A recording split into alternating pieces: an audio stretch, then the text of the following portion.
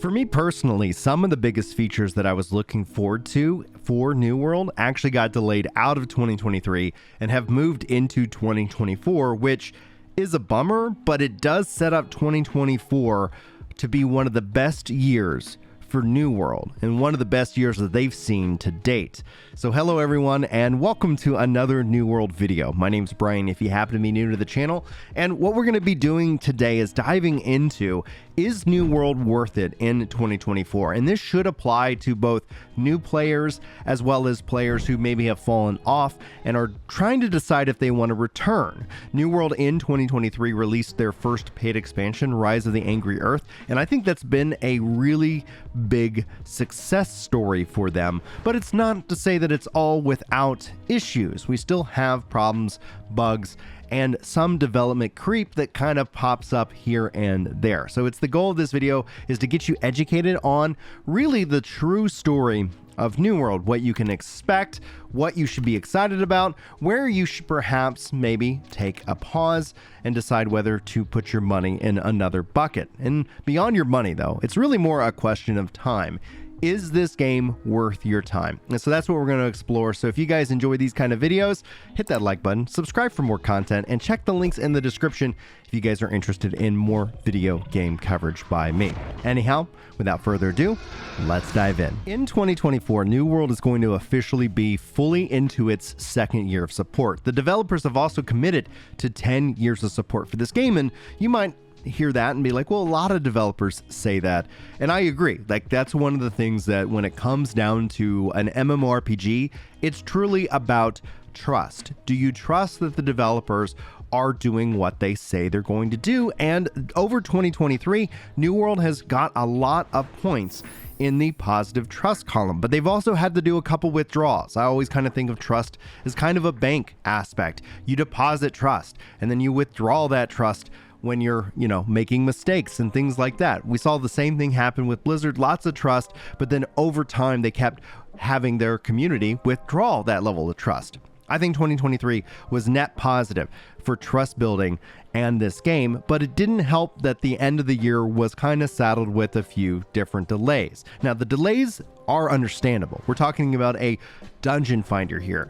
Automatic matchmaking, which is a feature that a lot of people have come to expect in MMORPGs, and it's lacking within the world in and of itself, has been sorely felt by a lot of players. This isn't to say that it's a perfect system. I'm always wary of matchmaking systems personally, because you have to have some kind of trade-off where if the game is about preparation and going into the encounter and discovering all that together with people that you actually like, well, you're more or less likely to stick it out. But within random, you could get somebody who's a really great player, or you could get somebody who really does suck. So it is, generally speaking, an interesting problem to solve within matchmaking, but that is coming. And that's actually one of the reasons why the updates that were scheduled for the end of 2023 are making their way early 2024 so that they can have this fully fleshed out system. And what they've gone on to share within the development environment sounds fascinating, because I was really worried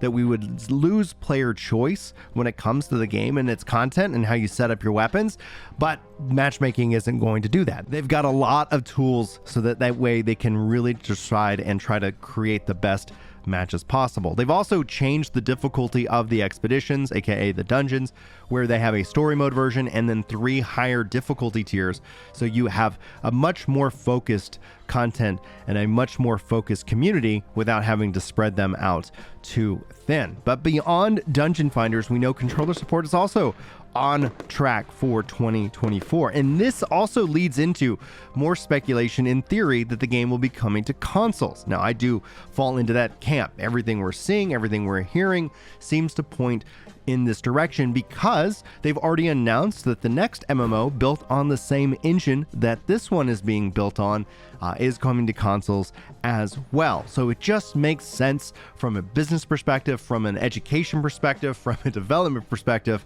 for them to kind of move in this direction, because also there are other MMORPGs that they have within AGS are also all coming to consoles as well. It seems like consoles and MMOs are a big part of the future of the genre, but you can let me know how you feel about that. So I'm personally really excited for official controller support. I've been the guy kind of supporting the controller setup on on the internet for a while now, and it's to help people get into this game because I actually prefer playing on a controller. However, the official support will go so much further than anything I can offer, and I'm so excited to see when that day officially comes. Now, also in 2024, we're going to get a brand new roadmap, and I'm going to list this as a possible new expansion, even though I'm fairly confident. I would say I'm 98% confident that we're going to see another paid expansion in the fall. But this is also an interesting time to kind of talk about timing. When should you come back? When should you start? Well, if you got the itch, I'm not going to stop you. I think it's a great time to jump in and play. In fact, I actually really enjoy playing New World when it's not as hyped, and that is a weakness of the game because the server architecture always ends up being that when the game is hyped, that means people have queues. So my hope for 2024 is that they actually fix this problem by letting players really guess wherever they want to go. Nobody wants to sit down and play and then find out they've got a long waiting time queue.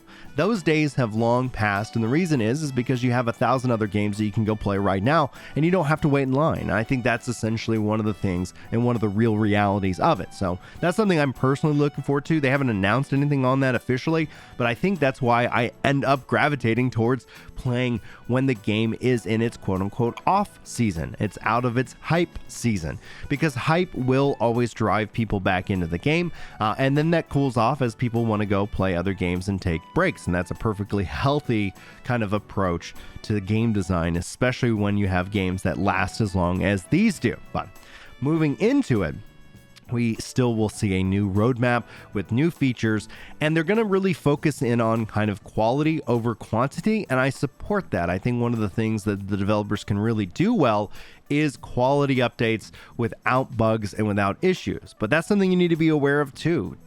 The updates tend to also include some bug fixes that need to happen, and they're not fun bugs. They're not like, oh my gosh, that guy's freaking out and he's all jittery or something like that. Like, that's wild. It's sometimes just a frustrating bug, which I think that if in 2024 the developers can solve that problem too, it's going to be a welcome and refreshing change in the long run.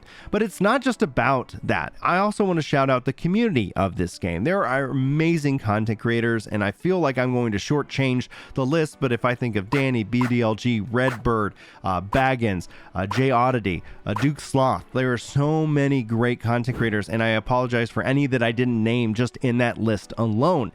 You guys need to be checking them out. And one of the best things about that is that whether you're feeling excited or whether you're feeling burnt out, you should subscribe to these guys, because that way you can be in the loop, because it's an important aspect for any MMORPG player is that don't cut yourself off from the news, but yes, give yourself permission to be able to step away, take breaks, and that way when you do return, so for like returning players considering coming back in, there's been a lot of improvements. The expansion that added mounts, I think, has been a huge win for the game in the long run. And then as they go forward, there's many more things to come. And while I could sit down and maybe I just make a dedicated video on all the things that I want to see changed and updated in 2024, the goal here is that you have a well-informed, I guess, understanding of what this game truly means this next year. Beyond those features that we listed that we know are coming, obviously we don't know everything about 2024, but let's talk about the competition that the game will be facing this next year, because competition breeds hype, and it breeds those kind of times where the game's population will dip while players go and check out the new or the next biggest MMO, whatever you want to call it in this regards. What's interesting about this competition is most of it is actually coming from within AGS itself, with the exception of Final Fantasy XIV Dawn Trail and the next ESO expansion and perhaps the next WoW expansion. Out of those big three that I'm personally aware of, we could also maybe count Destiny 2's new expansion that got delayed into the late spring, but we have Blue Protocol and we have Throne and Liberty. Both of these are IPs and being published by Amazon Games, controller support, cross-console, all that good stuff where you can play pretty much anywhere.